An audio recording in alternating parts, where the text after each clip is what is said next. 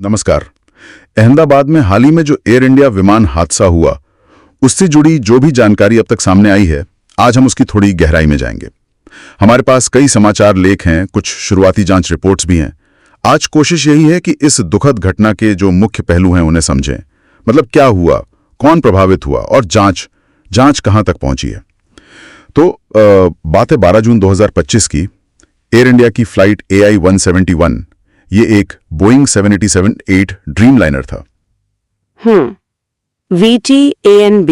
हाँ, ये अहमदाबाद से लंदन गेटविक जा रहा था, लेकिन टेक ऑफ के आप सोचिए महज 30 सेकंड बाद ही दोपहर के करीब 1:38 पर विमान शहर में ही गिर गया। मेघानी नगर इलाके में।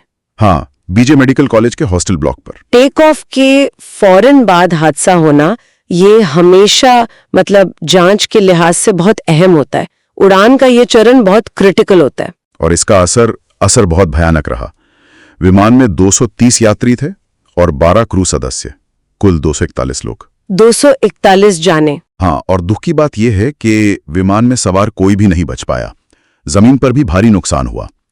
वहां भी करीब 19 से 33 लोगों की मौत हुई। अच्छा, आंकड़ों में थोड़ा फर्क है अभी। हाँ, शुरुआती आंकड़े हैं। और करीब 60 लोग घायल भी हुए हैं जमीन पर। ये तो वाकई बहुत भयावह है। हवा में इतने लोग और फिर जमीन पर भी इतना बड़ा हादसा, इसका असर बहुत बहुत गहरा होता है। इसी हादसे में एक, आप कह सकते हैं, अविश्वसनीय कहानी भी है। विश्वास रमेश नाम के एक ब्रिटिश नागरिक हैं। हाँ, मैंने पढ़ा था। वो किसी तरह आपातकालीन निकास से निकलने में कामयाब रहे। हालांकि उनके भाई की जान नहीं बच पाई, पर वो इस हादसे में अकेले जीवित बचे हैं। ये वाकई किसी चमत्कार जैसा है। ऐसे भीषण हादसे में किसी का बच निकलना असाधारण है। जाहिर है जांचकर्ता उनसे जरूर बात करना चाहेंगे जब भी उनकी हालत ठीक हो। अब अगर चालक दल की बात करें तो कैप्टन थे सुमीत सभरवाल। उन्हें काफी अनुभव था, 8200 घंटे से ज्यादा का। काफी अनुभवी थे। और जाहिर है हॉस्टल ब्लॉक पर गिरा तो वहां रहने वाले मेडिकल छात्र भी थे। हाँ, वो तो दुखद है ही। राष्ट्रीयता के हिसाब से देखें तो मरने वालों में 181 भारतीय, 52 ब्रिटिश, 7 पुर्तगाली और 1 कनाडाई नागरिक शामिल थे। अनुभवी क्रू का होना एक अहम जानकारी है, पर जैसा हम जानते हैं हादसे कई वजहों से हो सकते हैं। जांच में किसी भी पहलू को नजरअंदाज नहीं किया जाता। बिल्कुल, और इतनी बड़ी त्रासदी के बाद जाहिर है सबका ध्यान जांच पर ही है।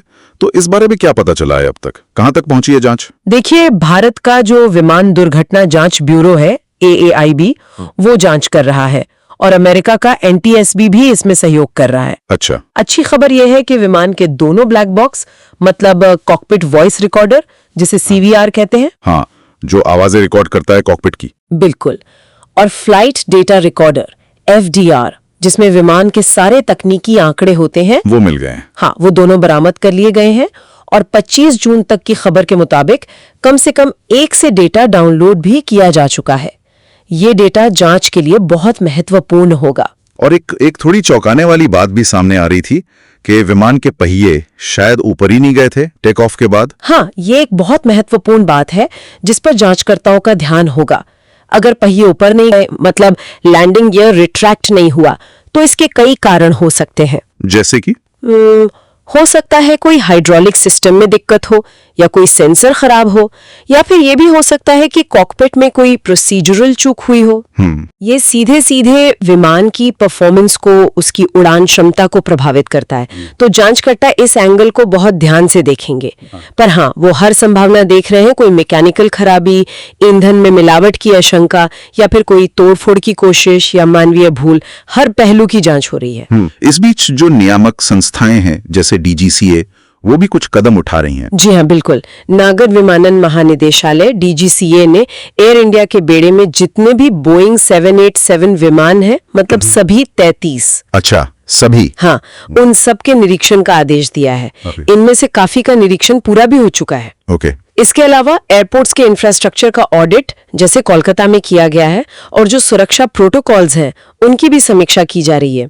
ये एक तरह से स्टैंडर्ड प्रक्रिया है ऐसी घटनाओं के बाद, ताकि पूरी व्यवस्था की सुरक्षा सुनिश्चित की जा सके। तो कुल मिलाकर देखें तो ये एक भयानक त्रासदी है। कई जाने गई हैं और जांच अभी कह सकते हैं कि शुरुआती दौर में ही है। कई संभावित कारण नजर आ रहे हैं और शायद जवाब मिलने में अभी समय लगेगा। बिल्कुल सही कहा। मुख्य बात यही है कि जांचकर्ता बहुत सावधानी से हर सबूत को देख रहे हैं, उसका विश्लेषण कर रहे हैं।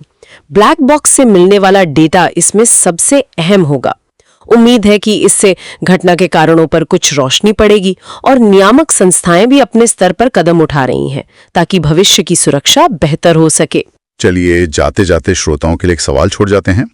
इस तरह की जो जटिल दुर्घटना जांच होती हैं, वो सिर्फ तात्कालिक कारणों का ही पता नहीं लगाती, बल्कि अक्सर इनसे विमानन सुरक्षा के जो नियम कायदे हैं उनमें बड़े बदलाव भी आते हैं। हाँ, ये होता है। तो सोचने वाली बात यह है कि भविष्य में ऐसी दुखद घटनाओं को रोकने के लिए इस खास जांच के क्या दूरगामी प्रभाव हो सकते हैं? क्या नए सुरक्षा उपाय सामने आ सकते हैं?